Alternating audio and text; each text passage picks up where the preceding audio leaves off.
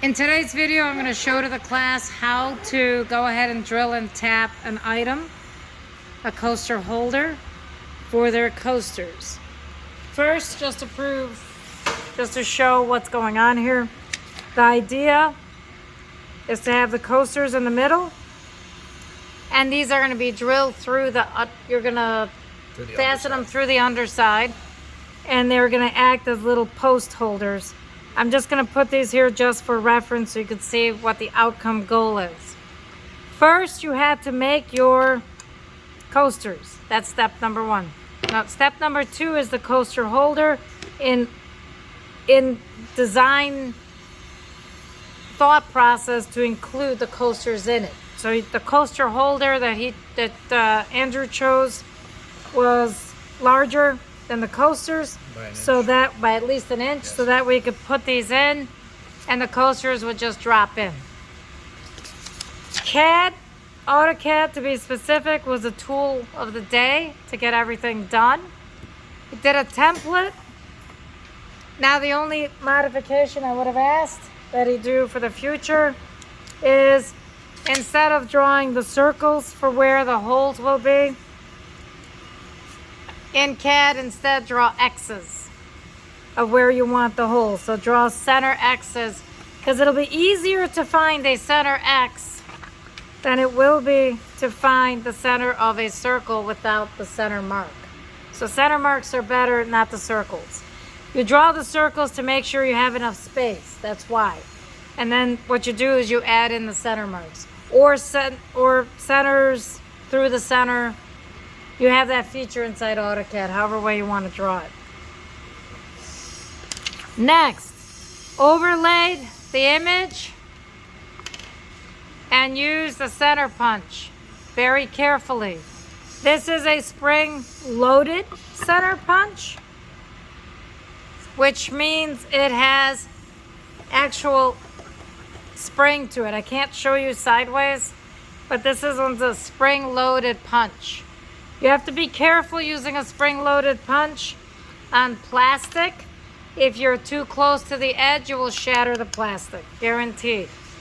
If you cannot, or let's say you have a normal punch, that's actually better, to be honest, when it comes to working with plastic, or you can use a nail if you cannot find one of these or you don't have one.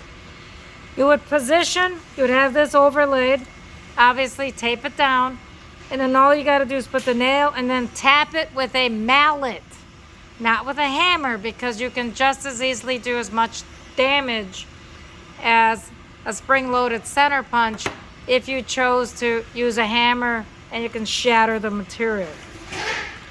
Next, always leave the plastic, by the way, the coating on it, this paper coating protects it. Outside of preventing it from getting all scratched up while you're working on your project, it also helps to keep everything together and might prevent you from breaking something. And it's great for you to put in your center punch locations. Next, what do we need? Of course, you have to define what fasteners you're going to use. Then you would have to get the drill and tap that accommodates the fastener. And that took how long? Too long. So it's quarter 28 fasteners. The tap is quarter 28 fasteners. The tap is quarter 28. The drill bit is a 732, which I looked up on the chart to make sure that everything was accurate. Correct, and you found the chart online. Yes. There you go. A lot of the information you're looking for is available online.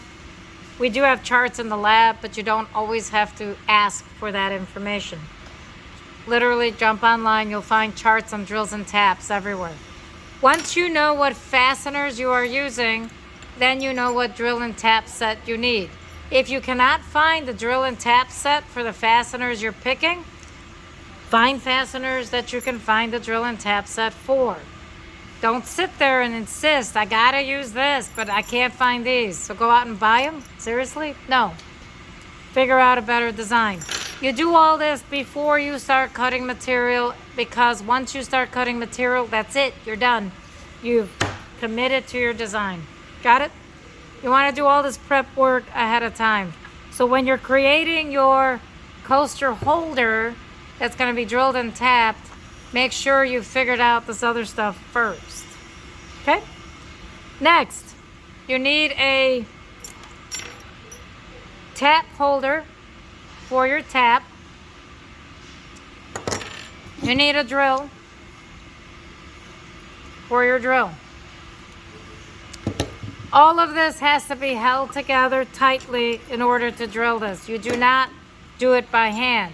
I'm going to pause the video to go do this operation because I'm going to put this in a vise, hold it in place, and then I'm going to drill a hole through this. Okay? We might be able to take it mobile. We'll take this guy mobile, then we can do it. Okay. Instead, we're going to go take this mobile, and we're going to do it this way. So we got a group of us. Drill, tap, the whole 9 yards. There we go. And where should we drill? All right, guys. Should I just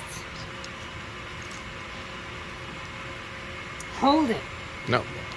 It's called drilling into your hand. That's a no-go. Safety glasses. Got it? Should my watch be on? The answer is no.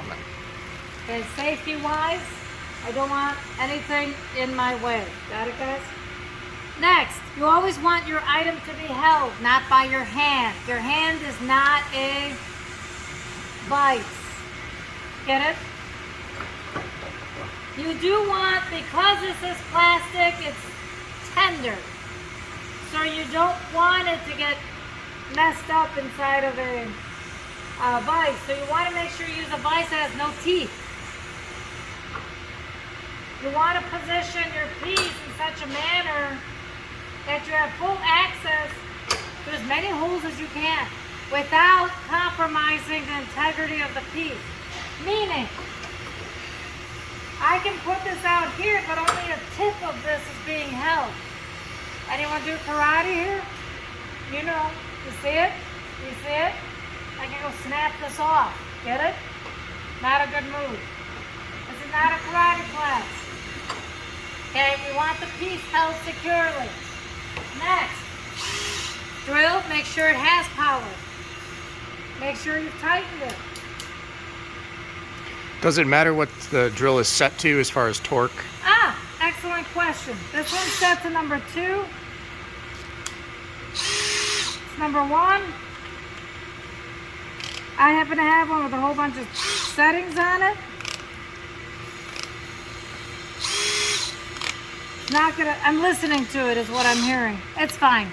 When it comes to plastic, you want to cut through it rather quickly anyways. This is acrylic. If you go too slow, it's going to get gummed up. The reason you need that tip, if you get close, is you want to be able to put the tip of the drill bit into that spot, so you sit it. Then you hold it from behind is how I do it. And you gently push. If you push too hard, something like that might happen. So what does that mean? Not enough torque. I've left it at 1. Remember I said not too low? It might get gummed up. I wasn't joking. Got it? So now I'm moving it to 15. Done. The other piece of advice I have for you is you drill from the face back because the back side might get dirtied. Get it? You don't want the face to have chips on it. It's okay if the back does. How do you avoid the chips if both sides have to be visible? That's the next question that you should be asking, because you might have one where that's what you want. I'm not saying you have it for this project, but you might for another one. So the best way is tape it. Get something good. A durable tape, whatever you can get your hands on. Duct tape is very good. Something that's strong. So paisley, I think is what this is called, is where I'm going with this. Okay? You actually will end up noting where you have your hole, and you tape the back side of it. That prevents it from being blown out. Correct. Yeah, it helps. It's not always perfect. Depends on how fast you go too. Now you notice I started with a lower speed and then sped up. Did you notice that? That also contributes to the potential damage. So now, line it up to this hole. And you have that back piece there. Now it's at 15. And you go slowly. You don't push hard. Let the drill do the work.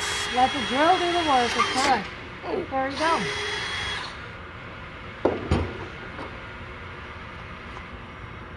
Still came off a bit. Didn't quite protect it all. Okay? So I've got a little bit off. Okay, the other potential solution is covering both sides, but honestly, the absolute best solution is you put a sacrificial piece behind it. So that way you're technically drilling through two pieces. So this one didn't quite hold it enough. Okay? For this particular project, it doesn't matter. We're gonna switch because you're gonna drill the other two so that you can experience it.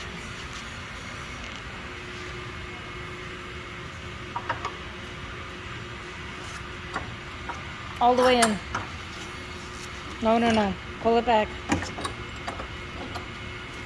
All the way in. That's the key. All the way in. I managed to drill opposite holes, so I wasn't smart in my approach because I was too busy talking. Just tight enough to hold it in place, but not to break it.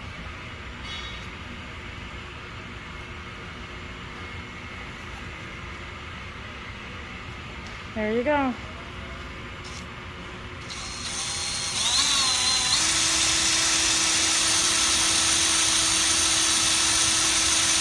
just let it do its job.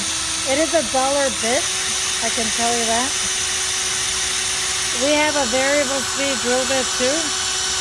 I'm sorry, drill. So you can actually ease up or speed up. Notice that? There you go.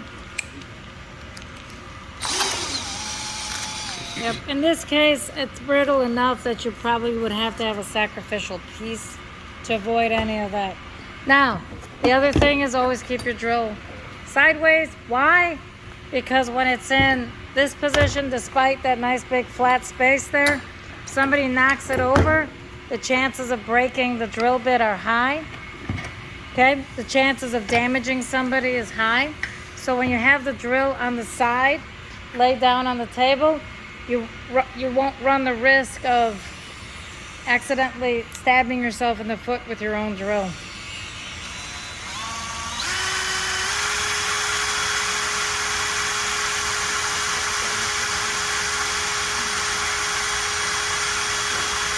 So the answer to how do you 100% not have chips in the back? Sacrificial piece. Sacrificial piece. Got it? Remember that for a future test. This one I think came out clean. Yes, it did. That one came out clean. See? One of the things about material, you never know how they're going to behave. One came out clean, the other ones did not. Now, once you have this, comes the tough part. This I recommend you do at eye level. So we're going to switch sides. I'm short, but not this short.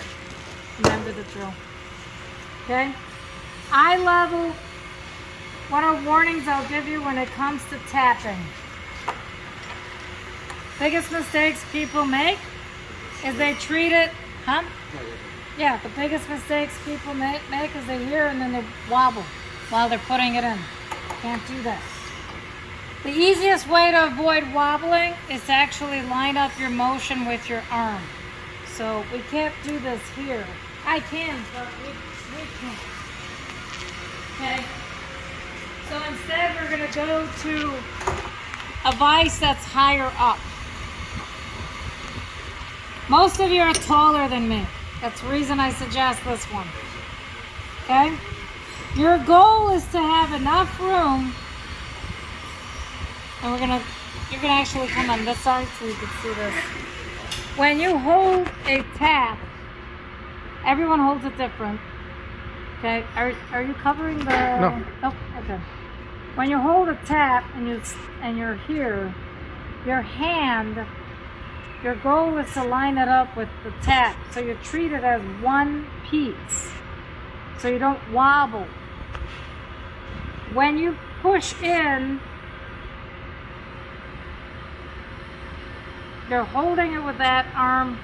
You take this arm, and you're literally trying not to move the tap as much as possible.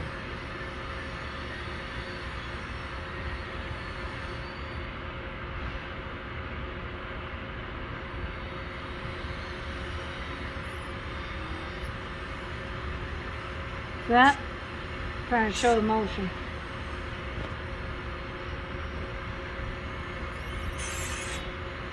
You'll hear it squeaking. That's okay. It's not a mouse.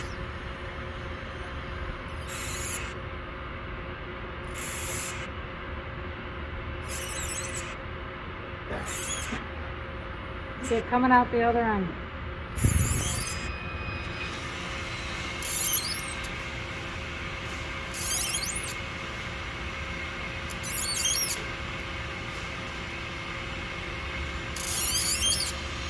Depending on the kind of tap you have, you may have to go all the way in because it might have a small taper at the end of it. Like this one. So you can't just stop when you feel the tip.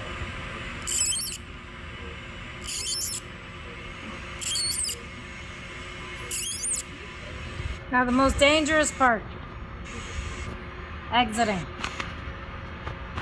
You can literally destroy your entire thread coming out. Word of caution.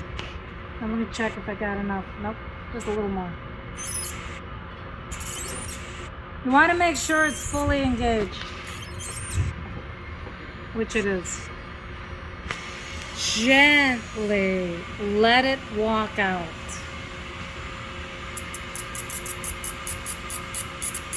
Do you hear that? Gently let it walk out. Doesn't matter. When you're doing metal, you might have to use a little oil. Plastic doesn't matter. It's supposed to be. But you see how I'm holding it? Because this one is tapered, you don't want it to tip over and then basically slice all the teeth on the way out. Let it walk itself out. This is a cutting edge, it's not a fastener.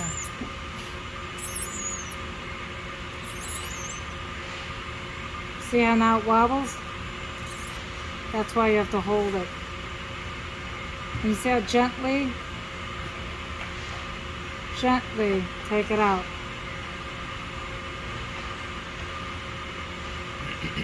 You don't want it to cross-cut the existing threads. Now,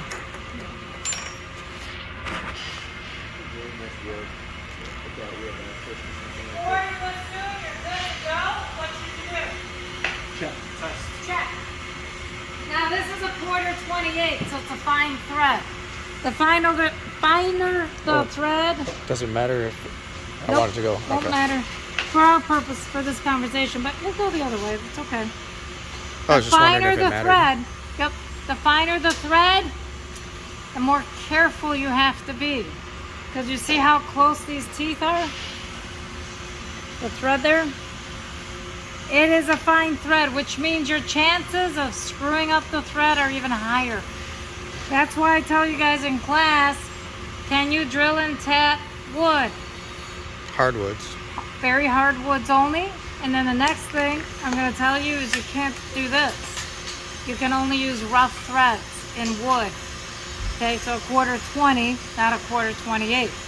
Remember, the 28 refers to how many threads per inch. Remember? How many threads? It was a long time ago, but how many threads per inch? There you have it. And so in your case, this, when it's done, the head, I didn't put it all the way in, but the head will be the leg. If somebody brings the posters real quick. and your coasters will be on top. I'm just gonna mock it out real quick here just so you see it before I stop the video. This I think is a little short, we found out. More short comments. Oh my God. That's what happens on Monday, isn't it? That's right, it's Monday's short day. Technically it's tall enough to keep it in place. For So my you never purposes, know. though, I'd like it Or a little bit taller. Yeah. Okay, fine, be that way. But there you go. Got it, guys? But the threading part has to be slow. Don't speed up. Don't be fast. If you have a twitchy hand, stop yourself. Take a deep breath. This is like TIG welding. Demands your patience. Patience or become one, or your project becomes a patient. You know what I mean? Got it, guys? And that ends this video.